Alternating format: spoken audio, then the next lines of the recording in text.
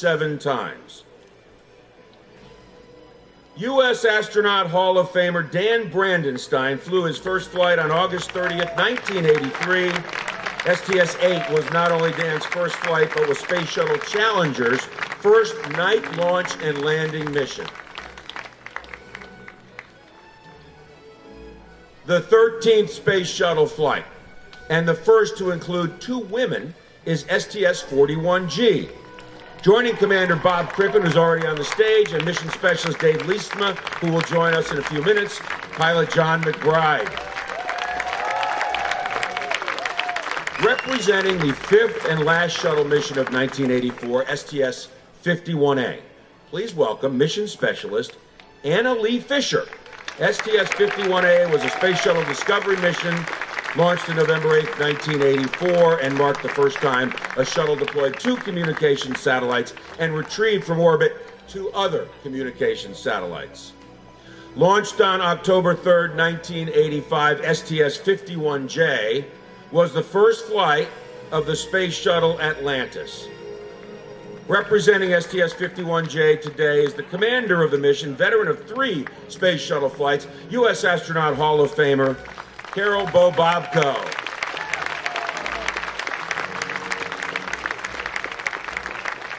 Please give a warm welcome to STS-61B commander, veteran of 3 Space Shuttle missions, and U.S. Astronaut Hall of Famer, Brewster Shaw. STS-61B was launched November 26, 1985, and marks the quickest turnaround of a shuttle orbiter from launch to launch. STS-27 was a 4-day mission launched on December 2nd, 1988, as a 5-person crew, 3 of whom are here today. From Atlantis' mission, STS-27, please put your hands together for pilot Guy Gardner and Astronaut Hall of Fame Mission Specialist Bill Shepard. Mission Specialist Mike Mullane will join us in a few minutes. Launching on May 4th, 1989, was Atlantis mission STS-30, which deployed the Venus-bound Magellan probe into orbit. Representing STS-30 is U.S. Astronaut Hall of Famer Norm Thagard. Norm served as mission specialist aboard 4 Space Shuttle missions and was the first American to occupy Russia's Mir space station. From Atlantis' 5th flight, STS-34, please welcome pilot Mike McCulley. Mission specialist Ellen Baker will join us shortly. STS-34 launched on October 18, 1989, deploying the Jupiter-bound Galileo probe. STS-36 aboard Atlantis was the 4th night launch of the shuttle program and occurred on February 28, 1990, carrying a classified payload for the United States Department of Defense. From STS-36, please welcome Mission Specialist Mike Mullane. We have a few astronauts joining us today from the STS-41 mission, which had the primary objective of launching the Ulysses probe into space, part of the International Solar Polar Mission. Please welcome to the stage another U.S. Astronaut Hall of Famer and current director of the Kennedy Space Center, Bob Cabana. Joining Bob, mission specialist Bill Shepard on the stage, and Bruce Melnick. Go this way. He can run a space center, but he doesn't know which way to go. Representing STS-38, please give a warm welcome to Astronaut Hall of Famer and Commander Dick Covey, Astronaut Hall of Fame pilot Frank Culbertson, and mission specialist Sam Gaymar. Dick is a veteran of 4 space flights, while Frank and Sam each flew on 3 space flights. On STS-38, Dick, Frank, Sam, and their fellow crew members logged more than 2 million miles and 79 revolutions in a 4-day mission, which carried a classified payload for the Department of Defense. Representing STS-35, please welcome payload specialist Sam Durrance. STS-35 was a Space Shuttle Challenger mission that launched on December 2nd, 1990, and was devoted to astronomical observations with Astro 1, a Space Lab observatory consisting of 4 telescopes. Next, please welcome STS-37 pilot Ken Cameron. STS-37 was a six-day mission with the primary objective of launching the Compton Gamma Ray Observatory, the second of the great observatories, which include the Visible Spectrum Hubble Space Telescope, the Chandra X-ray Observatory, and the Info. This is the first since 1985. STS-43 was the ninth mission of the Space Shuttle Atlantis, with the primary goal of launching the fourth tracking and data relay satellite. Here to represent STS-43, pilot of the mission, Mike Baker. Mike. STS-44, launched on November 24th, 1991, was a mission dedicated to the U.S. Department of Defense.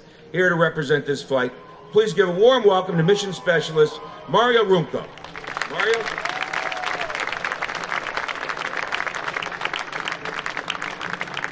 From STS-45, please put your hands together for the current NASA Administrator and Astronaut Hall of Famer, the Honorable Charlie Bolden, pilot Brian Duffy, and Mission Specialist Dave Leitsma. Brian is a veteran of 4 space flights, David a veteran of 3, and you'll hear a lot more about Charlie's accomplishments later in the program.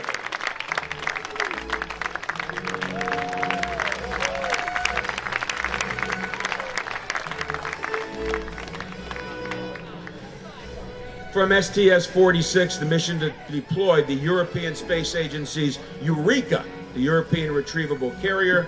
Please welcome pilot Andy Allen, veteran of 3 space flights. Mission specialist of STS-43, Marcia Ivins, will join us shortly.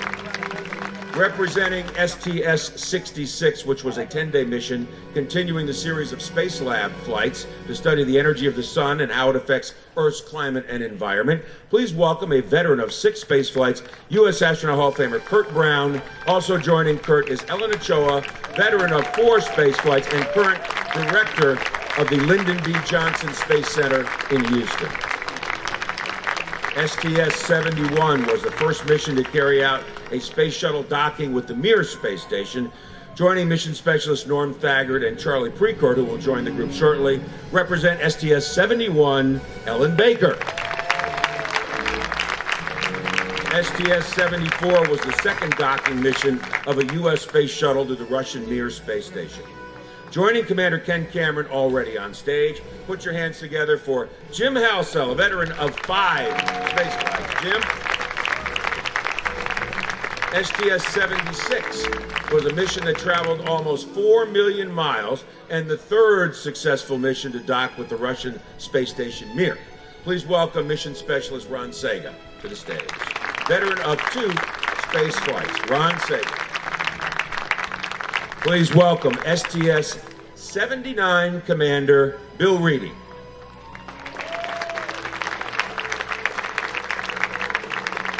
Bill led his team on a successful mission docking with Mir and delivering equipment, supplies, and relief personnel. Bill Reedy. STS-81, launched on September 19, 1996, was the second mission to Mir that involved an exchange of U.S. astronauts. Joining Commander Mike Baker already on stage, please welcome Mission Specialist Marcia Ivins, veteran of 5 space flights. STS-84 was the 6th shuttle Mir docking mission, part of the NASA Mir program. The mission was highlighted with the transfer of 4 successful U.S. crew members to the Russian space station. With us tonight is Astronaut Hall of Famer Charlie Precourt, commander of STS-84. Charlie? STS-86 was the 7th Mir docking mission by the space shuttle. The mission was highlighted with the exchange of crew members to continue Phase 1B of the NASA Mir program. Cooperative effort with permanent presence of a U.S. astronaut on the Russian space station. From STS-86, please welcome mission specialists Wendy Lawrence and Dave Wolf.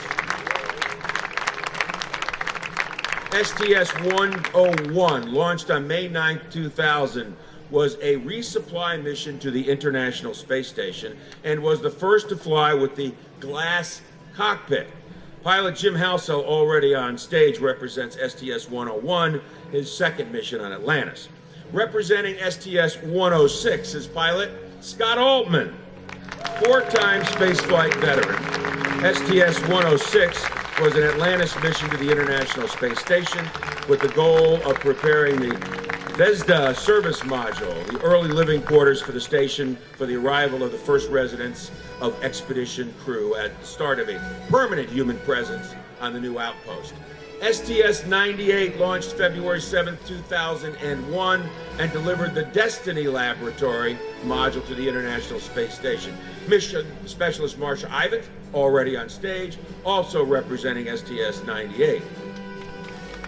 Three-time mission specialist J.R. Riley is here representing STS-104, which launched July 12, 2001. STS-104 was a mission to the International Space Station with a primary objective to install the Quest Joint Airlock and assist with maintenance on the ISS.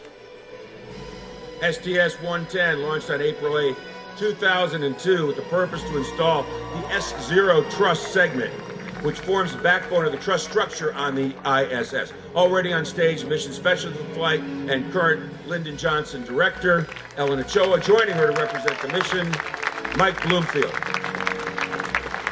Representing STS-112, a 4.5 million mile mission that delivered the 28,000-pound starboard one truss segment to the ISS. Our mission specialist, Dave Wolf, was already on stage, and three-time Atlantis veteran, Sandy Magnus.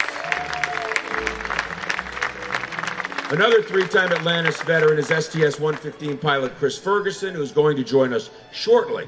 STS-115 successfully delivered the second port side truss segment, a pair of solar arrays, and batteries to the ISS. Launching on July 8, 2007, STS-117 delivered to the ISS the second starboard truss segment and its associated energy systems. Joining mission specialist J.R. Riley, already on stage, please give a warm welcome, flight engineer Clayton Anderson. Launching on February 7, 2008, the primary objective of STS-122 was to deliver the European Columbus Science Laboratory, built by the European Space Agency, to the International Space Station. Slow down, don't walk any faster. Here to represent STS-122, enjoy your bows. He's the Associate Administrator for Education, Leland Melvin. Leland. Joining STS-125 Commander Scott Altman, who's already on stage, are pilots Ray J. Johnson and mission specialist Mike Good. STS-125, launched on May 11, 2009, was the fifth and final space shuttle servicing mission to the Hubble Space Telescope. STS-129 was launched on November 16, 2009, and focused on staging space components outside the International Space Station. Already on stage and here to represent STS-129 mission specialist and NASA Associate Administrator for Education, Leland Melvin. STS-132 launched on May 14, 2010, with a payload that included the Russian Razvet mini research module along with an integrated cargo carrier vertical light deployment to the ISS. Joining Mike Good to represent the mission, please put your hands together, Commander Ken Ham. On July 8, 2011, STS-135 aboard Atlantis, multi-purpose logistics model Raffaello, and the lightweight multi-purpose carrier to the ISS. With a successful landing at the Kennedy Space Center on July 21, 2011, Atlantis marked the final mission of America's Space Shuttle program. Already on Chris Ferguson.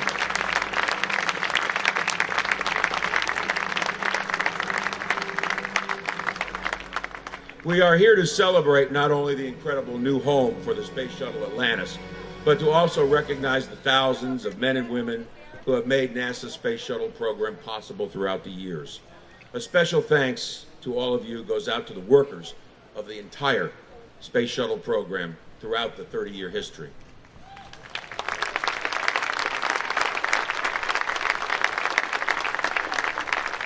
Let's also give a round of applause to the support our Space Shuttle program has received from Space Florida and its president and CEO, Frank DeBello, and all the elected officials joining us today. Thank you. Certainly without the support of all of you, the Space Shuttle Atlantis would not be here today. Ladies and gentlemen, please put your hands together one more time for this extraordinary group of astronauts.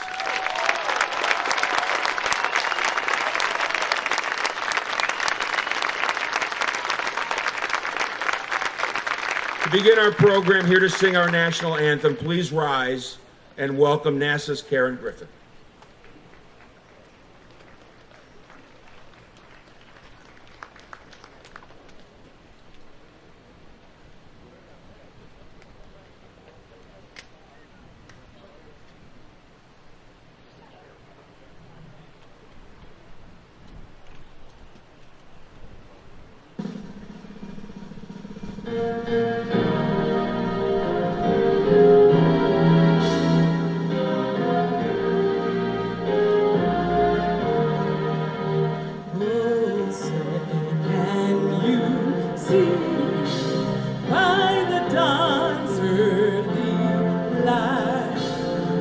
So proudly we hailed at the twilight's last gleaming, whose broad strides and bright stars through the perilous fight.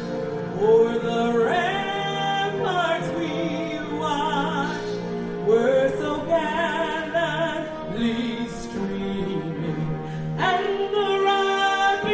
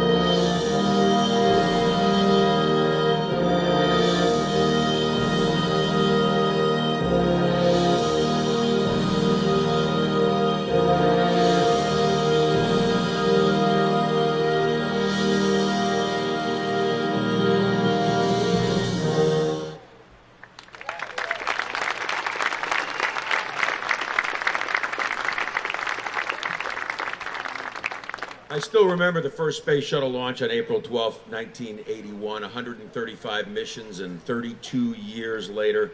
It is remarkable to think of all the times that I watched the launches and the landings here and to think of what a remarkable spacecraft it was. But it's the people who, of course, made these vehicles remarkable.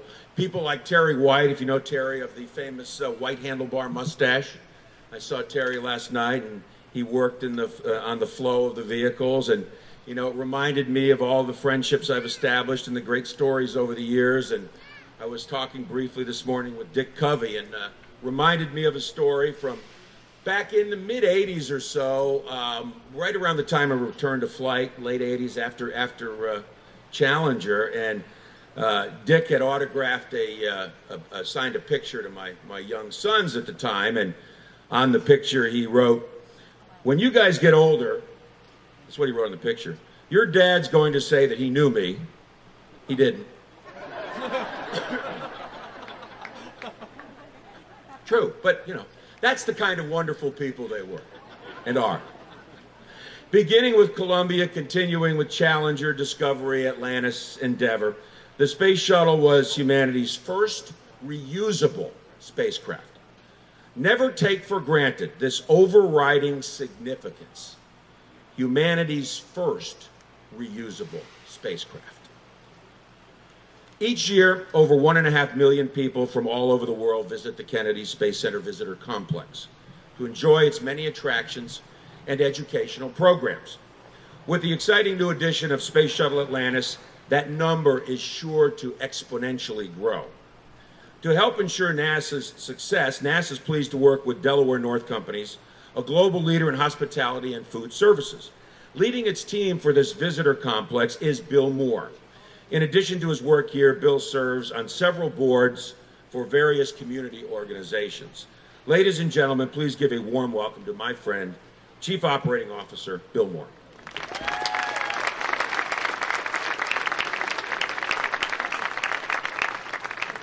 Morning, everybody.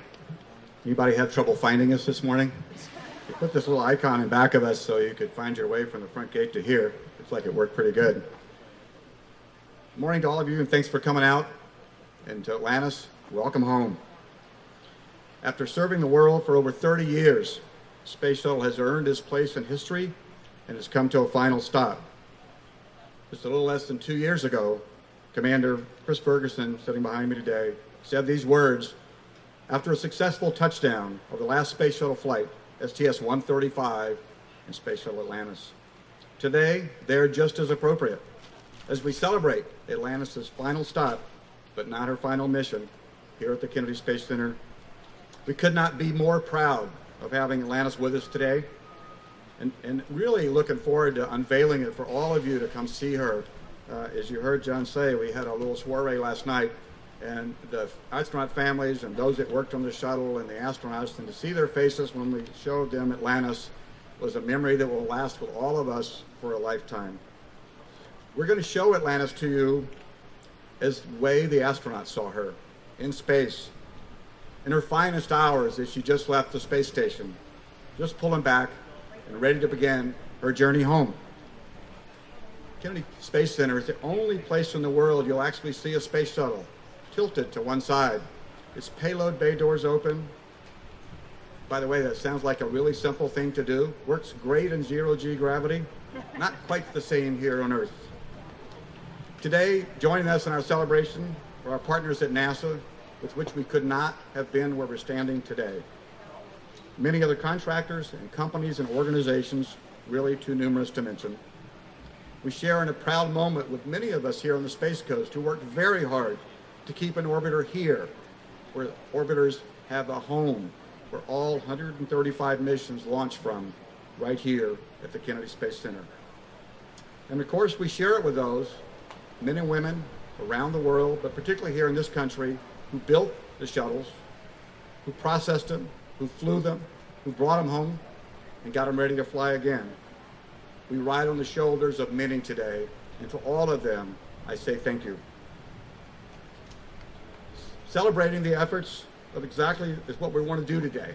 Celebrate the vehicles, celebrate the people, pay tribute to those, and to understand the Space Shuttle program, the pride, and you'll see when you get inside the patriotism for this country that Atlantis represents.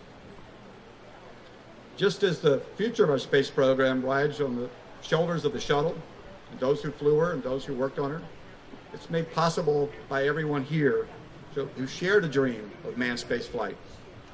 They worked tirelessly to make it a reality, and we will fly men from the Kennedy Space Center again into space.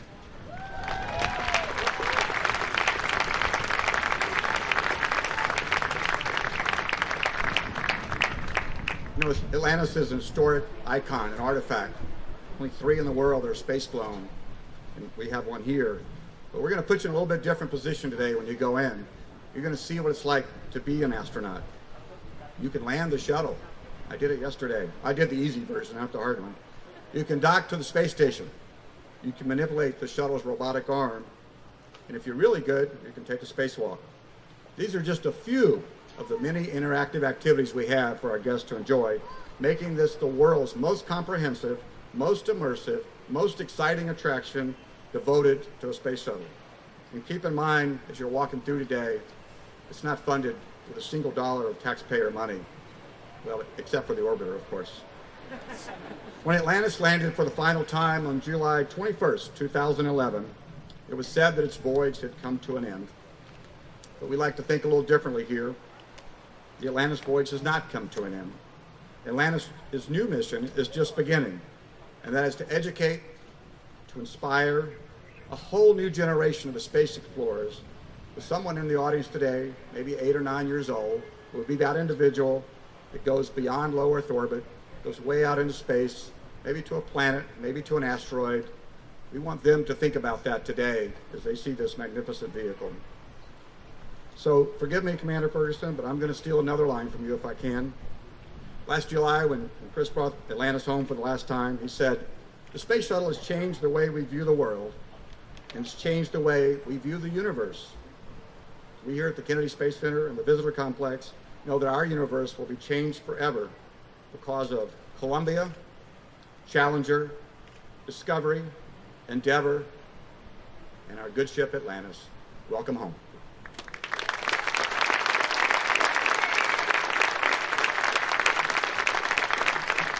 Thank you, Bill. Also joining us today is Rick Abramson, who for 8 years served as President and Chief Operating Officer of the Kennedy Space Center Visitor Complex. In 2002, Rick joined the ranks of some of the most respected members of the space program when he earned the Dr. Kurt H. Debus Award from the National Space Club, Florida, for his role in educating and inspiring the Visitor Complex's millions of guests. Rick also received NASA's highest achievement award for non-government employees, the NASA Public Service Medal. Please give a warm welcome to President of Delaware North Parks and Resorts and Executive Chairman of Delaware North Australia and Asia, Rick Abramson. Rick.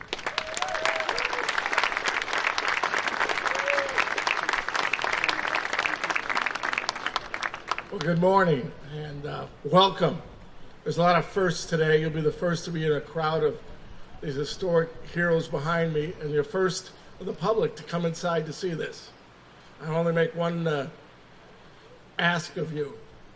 If you like it, tell someone to tell someone to tell someone how great NASA, Atlantis, and the space program is. You know, we have thank you. We have this distinct privilege of having this gathering of astronauts here today, which is all well and good. But to be able to tell their story and take it the next step is up to you. When we began this mission with NASA of creating this moving tribute to tell the story of the Space Shuttle program, we knew it had to be special. We knew we had to tell the story of Atlantis and the story of the astronauts. The astronauts who flew her in a special way that we could pay tribute to every remarkable mission. Space Shuttle Atlantis, those men and women who flew her, and the thousands of people who worked to make the missions possible, they deserve nothing less.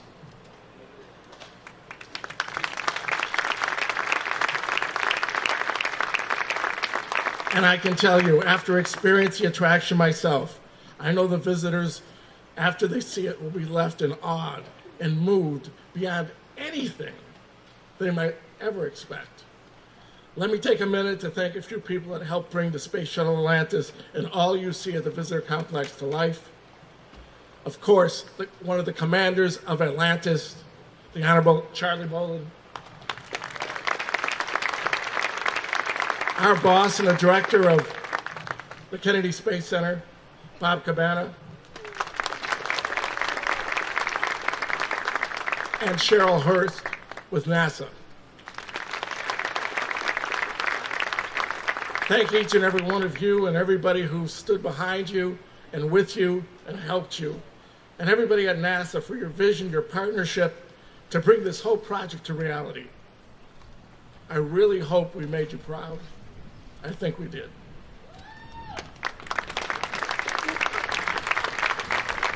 I will tell you, I got a great job. I got a great boss, I got a great job, and I have a great fortune of working for one of the most admired companies, one of the coolest companies in the world, Delaware North. Delaware North is nearly 100 years old, still owned by we're only the second generation CEO, still owned by the Jacobs family since the beginning. The Jacobs family and the family morals, and they believe in things, and they believe in NASA, and they believe in NASA's missions. And I'm sure you'll be able to see today the company and the family's belief in everything we do here. I'd really like to thank my boss, Chuck Moran, Delaware North's president, for it's his leadership and forward-thinking attitude that has brought us to where we are today. I also want to thank the entire executive team in Buffalo for continuing supporting the mission and the vision of the visitor complex. And of course, thank you. I'd be remiss without thanking probably the key person for me here, and a big thank you to Bill Moore and his team and the hundreds of associates out there you'll see today, you'll see in here for what they did.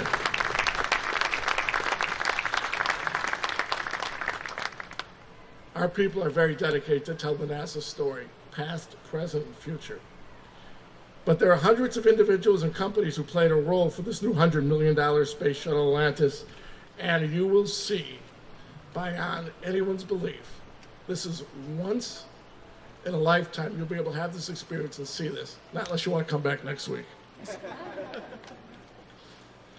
Atlantis is greatly going to enhance the Kennedy Space Center visitor complex. It's going to enhance the landscape of Florida for tourism. It's going to enhance the United States. I was at a tourism conference about 2 weeks ago, and talking with people from Brazil, talking with people from China, talking with people from Japan, talking about the shuttle program, the International Space Station, and what we're going to have on display.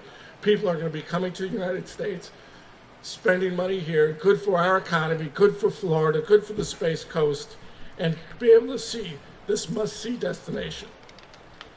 I hope you'll see it today. I hope you'll enjoy it and love it as much as I do. And I just want to ask you one thing. If you do, tell someone to tell someone to tell someone to tell someone to come to the Space Coast and the Kennedy Space Center. Thank you very much.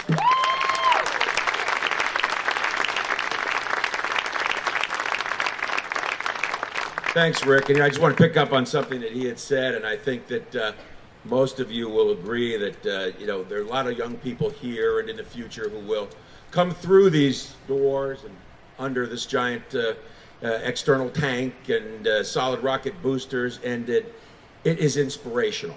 And it may be that little girl right over there who's yawning on her dad's shoulders in the pink. It may be someone else in this crowd. And these young people will sit there and they'll look at this and they're going to say, you know what? I can do better. And that's what everybody here wants. That next generation is going to be inspired by what they see here. Without Atlantis and her fellow space shuttles, we would not have an International Space Station, the most complex structure ever built in space and the centerpiece of today's human spaceflight activities in low Earth orbit. Since Expedition 1 in 2000, the space station has continuous human occupation and has been visited by 204 men and women. Among those currently living on the International Space Station are Dr. Karen Nyberg, the 50th woman in space, and Christopher Cassidy, the 500th person to fly in space. Just downloaded from the space station, Dr. Karen Nyberg and Christopher Cassidy.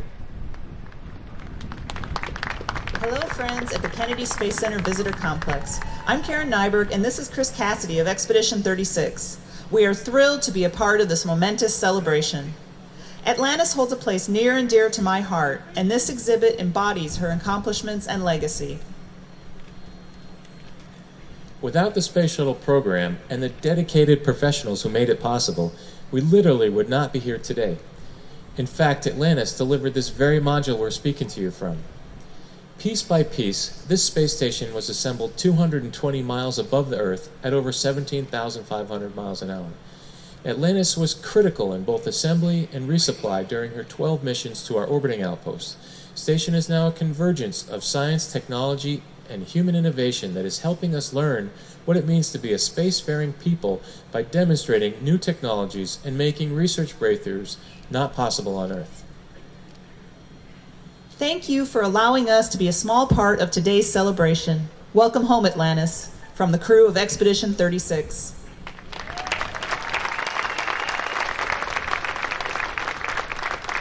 You didn't catch that, right? She said Expedition 36. Kind of hard to believe. Expedition 36. So let that sink in for a minute. Since its creation in October 1st, 1958, NASA has enjoyed a rich history of unique scientific and technological achievements in human spaceflight, aeronautics, space science, and space applications. Contributing to that history in front of and behind the scenes is a long list of men and women, among them the elite group of astronauts with us today. One of whom, Bob Cabana, who was on that first assembly mission to the International Space Station. A veteran of 4 space flights, Bob logged 38 days in space, serving as the pilot of STS-41, STS-53, and mission commander on STS-65 and STS-88. He's received numerous personal awards and decorations: Distinguished Flying Cross, Presidential Distinguished Rank Award, National Space Club Florida, and he told me to abbreviate, so et cetera, et cetera, et cetera, et cetera. Currently serving as the 10th director of NASA's John F. Kennedy Space Center. Please give a very warm welcome to Bob Cabana.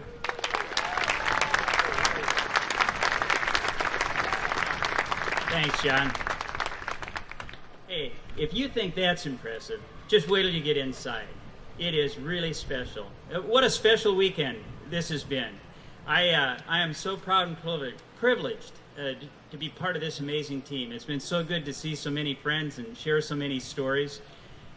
This is truly an amazing team. It was an amazing contractor, civil service, NASA team that did so many momentous things with the space shuttle over its 30-year history. It was a great partnership between NASA, Delaware North, PGAV, Pinwall, to put this exhibit together. And I couldn't be more proud of the display of Atlantis. It truly is special, and believe me, from all of us that had the privilege to fly in space, we think they did it right, and I know that you will too. When I was a small boy, we took a trip to Washington, D.C., and I remember going to the Smithsonian and seeing the Wright Flyer and the Spirit of St. Louis hanging from the ceiling, and that instilled in me a goal, a desire, a dream, a passion to fly, and I was fortunate enough to fulfill that dream. And one thing kind of led to another. I never dreamed I'd be an astronaut, let alone back here as the director of the Kennedy Space Center. But it initiated that spark. It got me going. And it's my hope that some young boy or girl is going to see Atlantis in there during one of their visits, and it's going to put that spark in them. That spark to say, I want to fly. I want to be an astronaut. I want to explore. And that's what NASA's going to do. We're going to move on. We're going to go exploring. We are going to leave planet Earth. We're going to go to asteroids, the moon, Mars, and beyond, because that's what we do. And right now, over in the ONC building in the high bay over there, we're building America's next spacecraft to take astronauts beyond planet Earth, and it's flying on a test flight next year. And in 2017, it's going to fly on a really big rocket, and in 2021, we're going to have crews on board. We're enabling a commercial crew program that's going to take our astronauts to our International Space Station. We are doing great things, and we're going to continue to do great things because of this amazing team. So thank you for your support. Please enjoy this exhibit today. It truly is special. Thank you.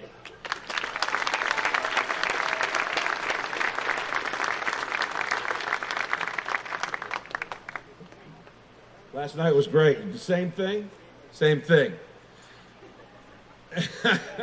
A man who needs no introduction, so we won't give him one, said Charlie Bolden.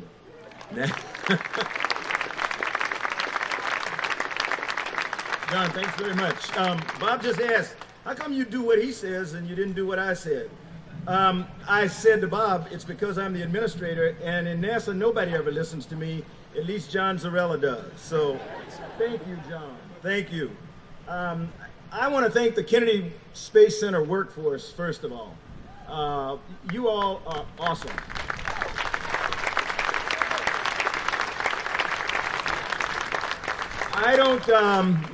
We're bringing Atlantis home today publicly, and I don't know how many people were around as we got to this day, but you know you have special people, many of whom are standing out here in this audience. You know you have special people when they know that every evolution they do puts them one day closer to not working anymore.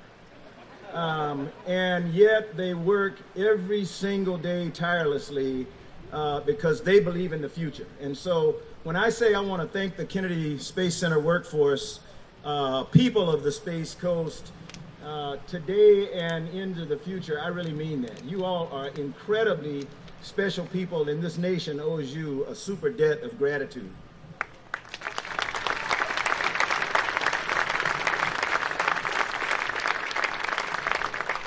You know, it may seem strange to you that I'm talking to a vehicle when I say welcome home Atlantis, but for everybody sitting on the stage, or most of us sitting on the stage, you know that it's not like a vehicle, it's like a person. I think everybody can think back to when you came down here for TCDT, the Terminal Countdown Demonstration Test, and you know, you go out to the pad and it's a vehicle. It's not doing anything, it's just there. And you get in it, you go through a mock launch and everything seems okay, and then you come back 2 weeks later and it is really, really different because it's breathing. I mean, it's going,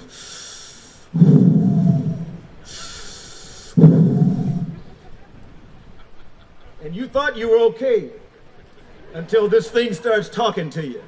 So when I say welcome home Atlantis, I mean welcome home Atlantis, because for most of us on this stage, it has been a dear friend. It has taken us to places that we never dreamed and brought us safely home, and so it's very special. It's not far from here, Atlantis, where you launched so many times. There's no better way to launch NASA into our new era of human spaceflight than to take a moment to salute the men, women, and the flying machines that have helped our nation lead the world in space exploration. It's great to see so many former astronauts here, and I know people say, but there's no such thing as a former. Yeah, we're former, and we understand that. Especially good to see my friend from Gemini and Apollo, who shall remain nameless, and who promised that if I didn't call his name, he wouldn't say anything bad about me, Dick Gordon.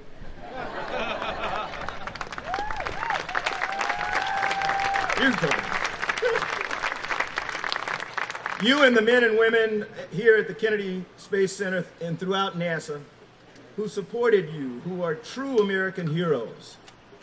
I was proud to serve with all of you. I was proud to fly with some of you.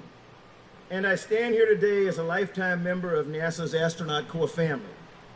I want you to know that everything we're planning for the future, from sending humans to an asteroid to sending humans to Mars, is only possible because of the breakthroughs and the groundwork that all of you laid over the 30-year, absolutely incredible history of the shuttle program, and the more than 50 years of human spaceflight.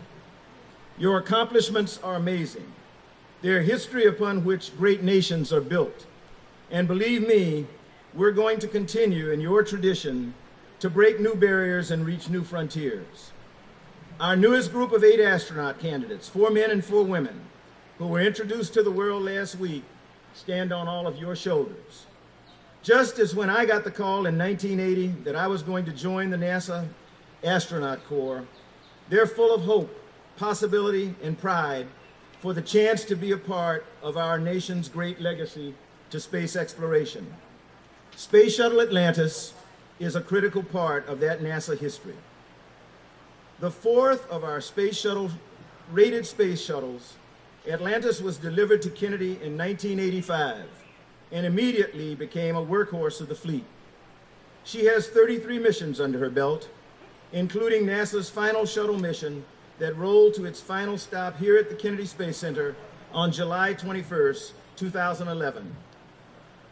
I will never forget the thrill of commanding STS-45 and flying with my Shuttle Atlantis crewmates, Brian Duffy, Kathy Sullivan, Dave Leetsma, C. Michael Foale, Baron Lichtenberg, and Kirk Frommout. Like all shuttle crews, we work together as a team on some of the cutting-edge science of our day. We help scientists on the ground understand what we were undergoing in space. And we were confident that our work would advance our nation and improve life on Earth. While Atlantis has flown her last mission to space, she lives on to fulfill a new and important mission right here on Earth. She'll inspire a new generation of explorers who one day may join us on missions to Mars and other destinations. Not far from here, the Orion crew capsule that will carry them on these missions is in preparation for its first test flight next year. On a launch pad, also not far from here, industry partners are launching cargo to the International Space Station and will once again soon launch astronauts from American soil. I want to congratulate the team here at the Kennedy Visitors Complex for creating the most comprehensive, interactive, and exciting tribute to the 30-year phenomenal shuttle program. This exhibit is a powerful reminder of NASA's unmatched accomplishments during more than 50 years of exploration and the great future that lies ahead. With her payload bay doors wide open, Atlantis is literally reaching out with open arms to welcome all visitors, create our unprecedented achievements in space, and inspire a new generation. And now, Bill, Rick, Bob, come on up and let's launch this baby.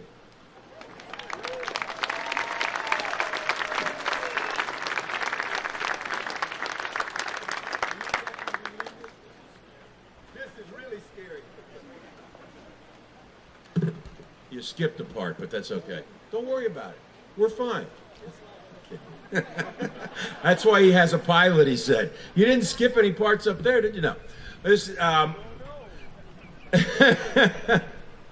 We're going to do the countdown now, gentlemen. I think you are ready. And the final go at T-minus 10 and counting. 10, 9, 8, 7, 6, 5, 4, 3, 2, 1.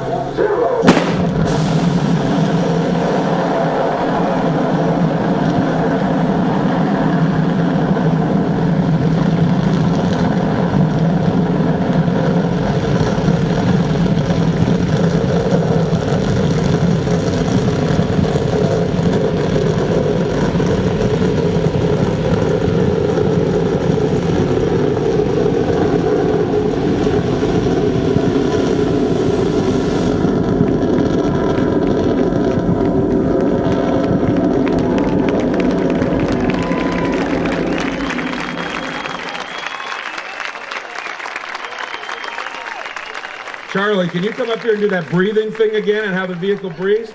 You know, if it talks to you, there is therapy for that, I understand. The time has almost come now to experience the Space Shuttle Atlantis. In a few moments, ladies and gentlemen, the doors will officially open. Before we let you all go, I just want to say thank you to a couple of friends of mine, Tim Macy and Andrea Farmer, who for years have made my job very, very easy. Thank you all for joining us. It was my pleasure to be here, and I hope to see you here again and again and again, because one time will not be enough. Trust me. Enjoy.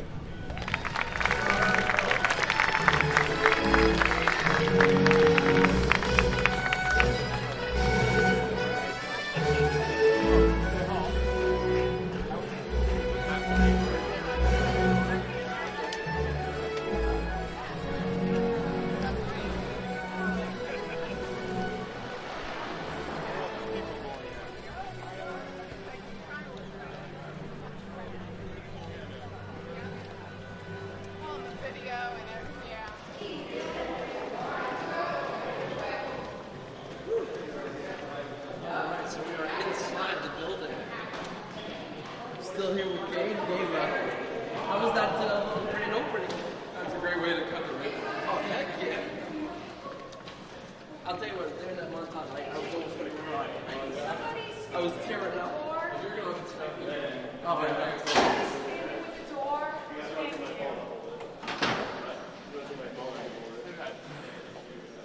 Here we go, walking through.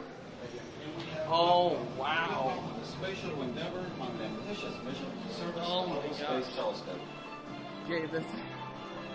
Oh my gosh. You gotta be kidding me. Look at her. Oh, wow. Oh, so this is where they come out? Yeah, they come out through the observatory. Okay, let's get up over here.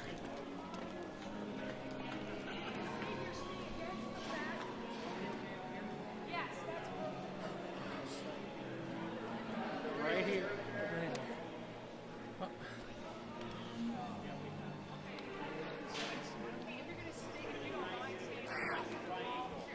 We're staying right in front of Atlantis, and wow, she's beautiful.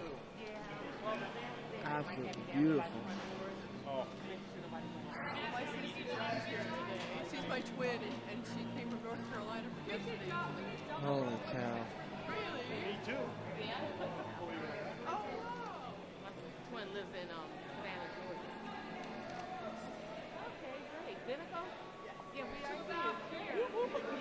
Okay. 4 rows. And where do you want to start? That's incredible.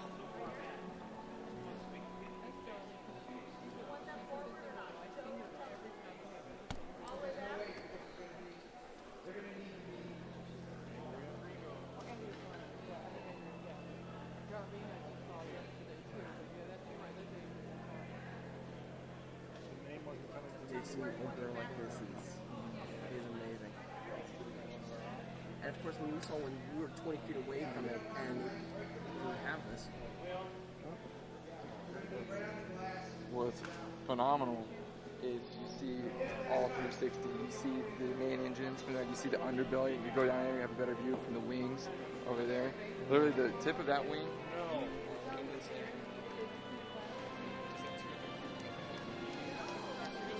Down here, some of the astronauts coming in.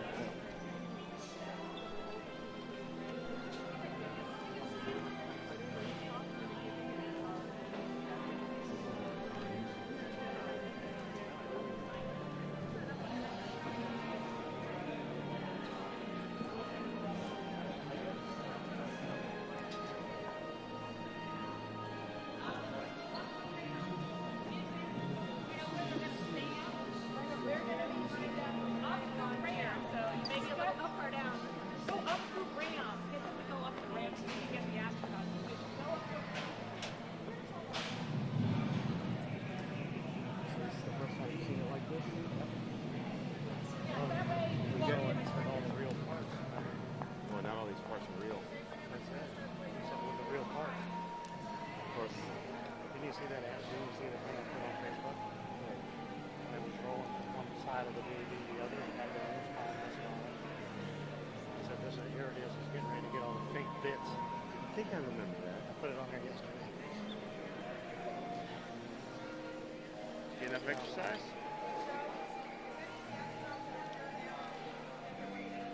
Of course, the one thing I gotta get is shot all of them standing in front.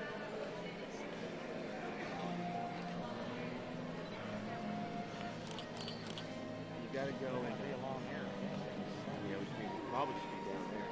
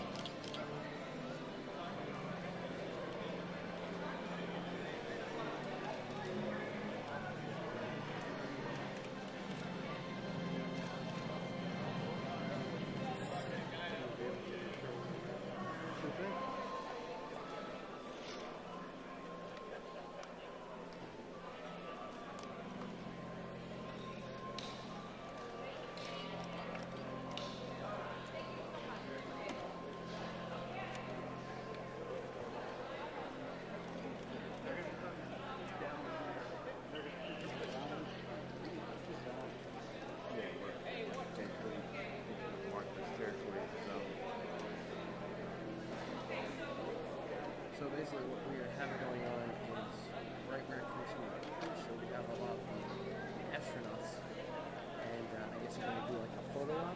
Yes, I believe so. Okay. This is Andrew's running the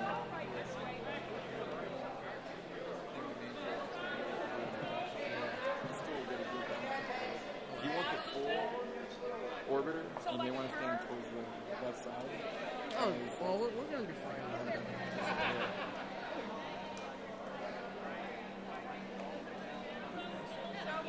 Yeah. I'm pretty sure they will. About 35 of them. 40, I think. I don't know.